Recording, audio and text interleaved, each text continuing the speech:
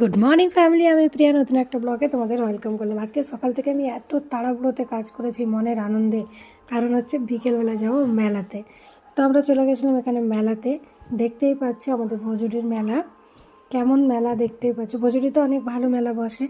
তো আমি, আমার ছেলে আর আমার হাজব্যান্ড একটুখানি সব কিছু কাজকর্ম কমপ্লিট করে বেরিয়ে পড়েছিলাম। তোমাদেরকে একটা ব্লগে আমি বলেছি যে আমি দেখাবো মেলাতে গিয়ে আমাদের এখানে মেলা বসেছে।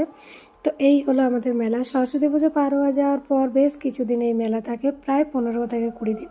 সব কিছু এখানে পাওয়া যায়।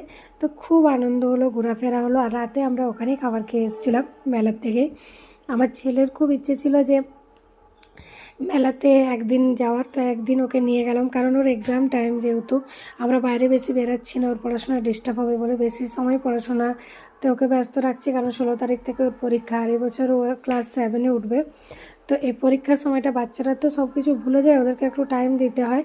তো আমি এখানে দুটো কফি কাপ কিনেছিলাম, আপনাদেরকে বাড়ি এসে দেখাবো। খুব সুন্দর সুন্দর ওই যে গ্রে কালারের কফি কাপগুলো কিনেছিল, ওগুলোই কিনেছিলাম। আর এই যে এখানে আমার হাজব্যান্ড পোজ দিচ্ছে। আগে ছেলের হয়ে গেছে বেলুন ফাটানো। আমার ছেলের এটা খুব আনন্দের গেম। ছেলে হয়ে যাওয়ার পরে ওর বাবাও, দেখুন আমরা যতই বড় হয়ে যাই আমাদের ভিতরে একটা ছোট বাচ্চা সব সময় থাকে। তারপরে এখানে ছিল টেডি, আর আজকে ছিল টেডি ডে। তো আমার হাজব্যান্ড অনেকবার আমাকে বলছিল একটা টেডি নাও, টেডি নাও। আমি বললাম কোনো দরকার নেই, আমার কাছে অলরেডি একটা বড় টেডি আছে, সেটা হলো আমার ছেলে, তাই আমার আর টেডি নেওয়ার কোনো দরকার নেই। তো এখানে আমরা তারপরে রাত্রেবেলায় খাওয়া দাওয়া করে আর বাড়ি